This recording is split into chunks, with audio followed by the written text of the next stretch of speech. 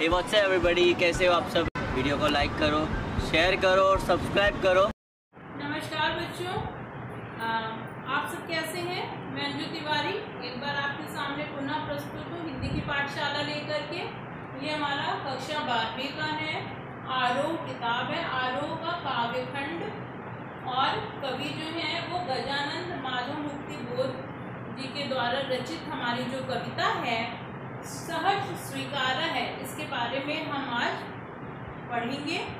और बच्चों, जैसे कि हम हर बार की तरह से पहले कवि या लेखक के बारे में जानते हैं, तो ये जो गजानंद माधव मुक्ति बोध जी हैं, इनका संक्षिप्त जीवन परिचय हमने इसके पहले वाले वीडियो में आपको बताया था, तो आप उसको एक बार जरूर देख लेंगे। और अब हम इनके द्वारा रचित जो हमारी कविता है उसका भावार्थ आज समझेंगे। भावार्थ समझाने के पहले बच्चों, हम ये कविता का नाम जो शीर्षक है, टाइटल, उसके बारे में 2 लाइन बताना चाहते हैं कि सहज स्वीकारा है। यानी कवि जो है वो ये मानते हैं कि जो भी चीज़ें हमको ईश्वर के द्वारा प्रदत्त हैं या मतलब प्राप्त हैं, जैसे मान लीजिए शारीरिक कष्ट हो या मानसिक पीड़ा हो या प्राकृतिक आपदाएं हो, जो कुछ भी हमको ईश्वर ने दिया है उसको हमको बड़ी ही प्रसन्नता और खुशी के साथ स्वीकार कर लेना चाहिए। क्यों स्वीकार कर लेना चाहिए?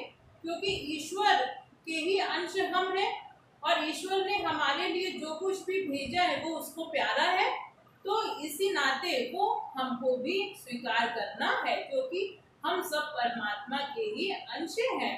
बहुत से लोग ऐसे होते हैं जो हर समय अपना रोना रोते हैं कि अरे हमारे नसीब में ही ये क्यों लिखा है या हमारे साथ ही ऐसा क्यों हो रहा है।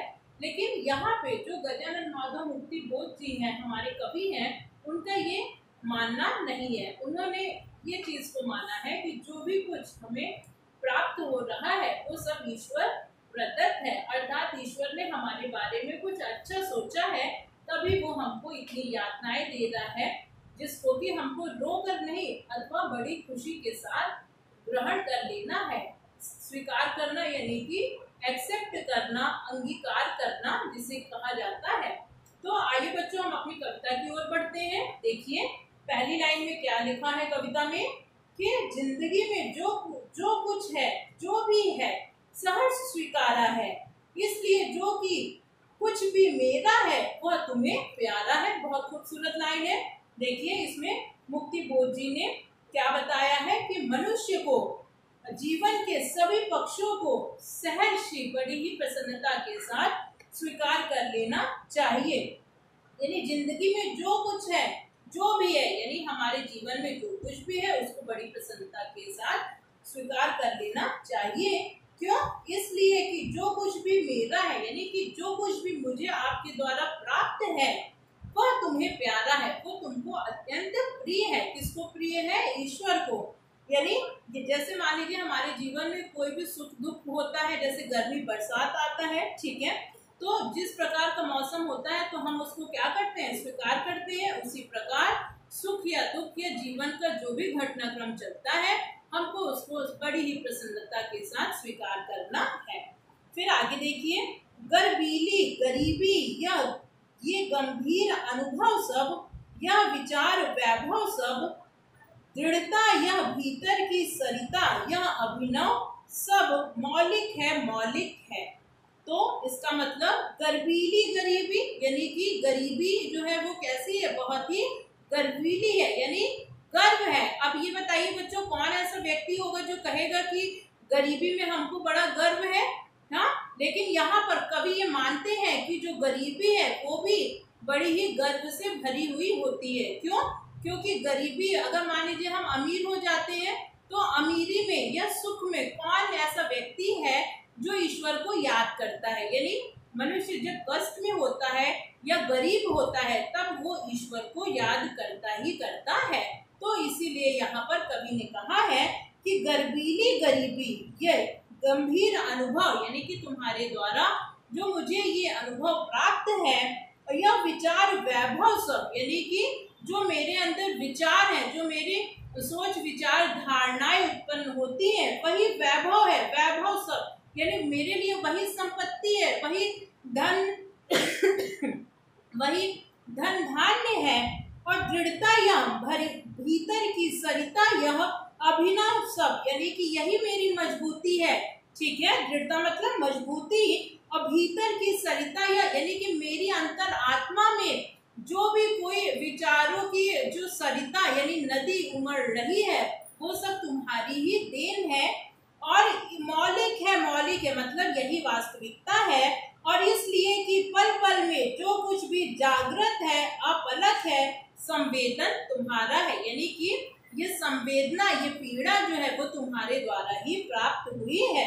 फिर से देखिए नीचे वाली लाइन का अर्थ बच्चों, कि इसलिए कि पल पल में यानी प्रति क्षण जो भी हमको प्राप्त हो रहा है वह सब तुम्हारी ही देन है, और जो कुछ भी जागृत है यानी जागृत अवस्था में यानी जागने की अवस्था में जो कुछ भी प्राप्त है, अपलक है, वो संवेदन तुम्हारा है, अर्थात तुम्हारे द्वारा ही प्राप्त है। तो देखिए हमारी आगे की पंक्तियों में कवि क्या कह रहे हैं कि जाने क्या रिश्ता है, जाने क्या नाता है। इसका मतलब है कि यहाँ पे कवि जो है वो कह रहे हैं कि न जाने आपसे मेरा कैसा संबंध है, कैसा रिश्ता नाता है। यानी यहाँ पर फिर से आप एक बार देखिए कि जो कवि हैं हमारे मुक्तिबोध जी हैं, वो किसी को अपने जैसे प्रेरणा का स्रोत माने हुए हैं, यानी कि आधार जिससे कि उनको मोटिवेशन मिलता है। तो उसी के माध्यम से कवि क्या कह रहे हैं कि जिनकी यादें उनके ज़हन में हमेशा रहती हैं, यानी कि जिसके बारे में वो सोचते हैं। तो यहाँ पर वो क्या कह रहे हैं कि न जाने कैसा रिश्ता है और कैसा नाता है या कैसा बंधन है।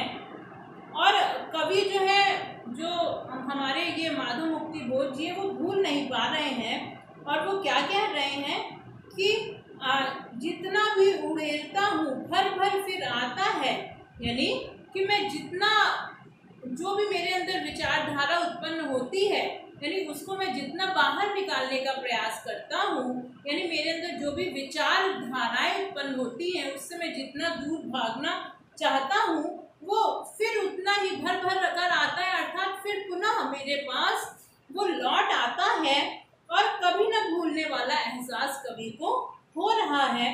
अब कवि के कहने का अर्थ है कि उनकी यादों से, यानी कि उसका मन तो भर गया है, किसका मन, जो ईश्वर है, परम सत्ता है, ठीक है, और दिल में क्या झरना है, मीठे पानी का सोता है, यानी कि क्या दिल में कोई जो है ईश्वर के द्वारा प्रदत्त कोई ऐसा झरना है। कवि को ऐसा लग रहा है कि यानी किसी विचारधारा का या यादों का कोई मीठा मीठा ऐसा झरना है जो उनके हृदय में बह रहा है, अर्थात बार बार जो प्रेरणा है, जो उनकी प्रेरणा है उससे वो बार बार उसकी यादों से भर जाता है उनका हृदय, किसका, कवि का। और कवि बोल रहे हैं कि कवि ने जो समय उसके साथ बिताया है, बीते हुए उसी समय का वो अनुसरण कर रहा है। फिर आगे देखिए, भीतर व ऊपर तुम मुस्काता चांद जो धरती पर, रात भर मुझ पर त्यों तुम्हारा ही खिलता वह चेहरा है। अब यहाँ पे कवि क्या कह रहा है कि कवि ने हृदय में उस प्रेरणा स्रोत की जो मीठी मीठी यादों के साथ आकाश से भी वह उसके होने का एहसास कर रहा है, यानी कि कवि को ऐसा प्रतीत हो रहा है कि मानो वो आकाश में है, और अंदर बाहर सब जगह वह उसे अपने आसपास ही अनुभव कर रहा है। और कवि क्या कहता है कि मुस्काता चांद जो धरती पर, रात भर मुझ पर क्यों तुम्हारा ही खिलता वह चेहरा है, यानी कि जिस प्रकार पूर्णिमा का जो चांद होता है वो सारी रात अपनी रोशनी धरती पे बिखेरता रहता है, तो उसकी रोशनी और मुस्कुराहट ऐसा लग रहा है कवि को कि मानो ये मुझे प्रदान कर रहा है। उसी प्रकार मुझे तुम्हारा खिला हुआ चेहरा हर समय याद आ जाता है। अर्थात कवि का कहने का आशय क्या है कि कवि अपने उस प्रेरणा स्रोत को, यानी कि जो उनके जीने का आधार है, जो प्रेरणा है, वो उसी से वो संसार से चले जाने के बाद उसको भुला नहीं पा रहे हैं, अर्थात उसकी मीठी यादों और उसके चेहरे को हमेशा वो अपने पास होने का अनुभव बनाए रखते हैं। ठीक है बच्चों, इस लाइन का यही अर्थ था। अब आगे देखिए कवि क्या कह रहा है कि सचमुच मुझे दंड दो कि भूलूं मैं तुम्हें भूल जाने की। दक्षिणी ध्रुवीय अंधकार अमावस्या शरीर पर चेहरे पर अंतर में पालू मैं, झेलू मैं, उसी में नहालू मैं। नहालू मतलब उसी में लिप्त हो जाऊं। किसमें? आइए देखिए क्या बोल रहे हैं कवि कि कवि को अपनी उस जो प्रियजन के सहज प्रेम की ऊष्मा जो है, यानी प्रेम जो है, अब विरह में अग्नि के समान लगने लगती है। यानी कि जाहिर सी बात है, जब प्रेम है तो वियोग होना ही होना है, जब सुख है तो दुख होगा ही होगा, गर्मी है तो शीत ऋतु आएगी ही आएगी। ये समय का चक्र है कि एक के बाद एक आना जाना लगा रहता है। फिर तो कवि उस मोह से मुक्ति चाहता है और इसलिए कवि दंड के रूप में उसकी स्मृति को भूलना चाहता है। फिर वो चाहता है कि भूलने की प्रक्रिया उसके हृदय में इस प्रकार घटित हो जैसे कि दक्षिणी ध्रुवीय अंधकार अमावस्या, यानी कि दक्षिण ध्रुव पर जो दक्षिण छोर होता है, जो ध्रुव है, पर चांद के थोड़ा छिप जाने पर अमावस्या की जो रात होती है उसका घना अंधकार छा जाता है।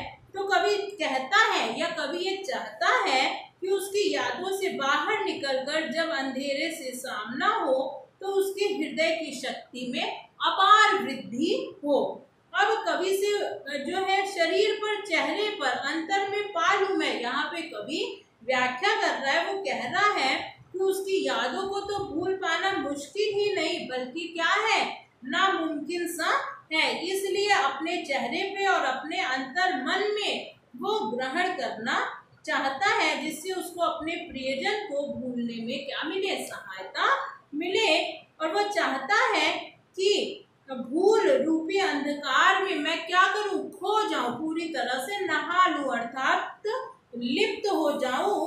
और कभी ये लास्ट की पंक्तियों में ये भी कह रहा है, आप इस तरह से भी लिख सकते हैं कि उस अंधकार में डूब जाए कवि और उस हवा को सहन करना और उसमें अपने आप को पूरी तरह से लिप्त कर देना, यानी कि वो वास्तविकता को पाना चाहता है। कौन पाना चाहता है? कवि।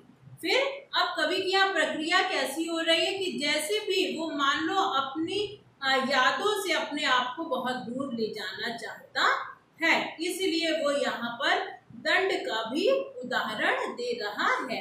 तो इस प्रकार से बच्चों इस लाइन की व्याख्या जो है यहीं पे समाप्त होती है।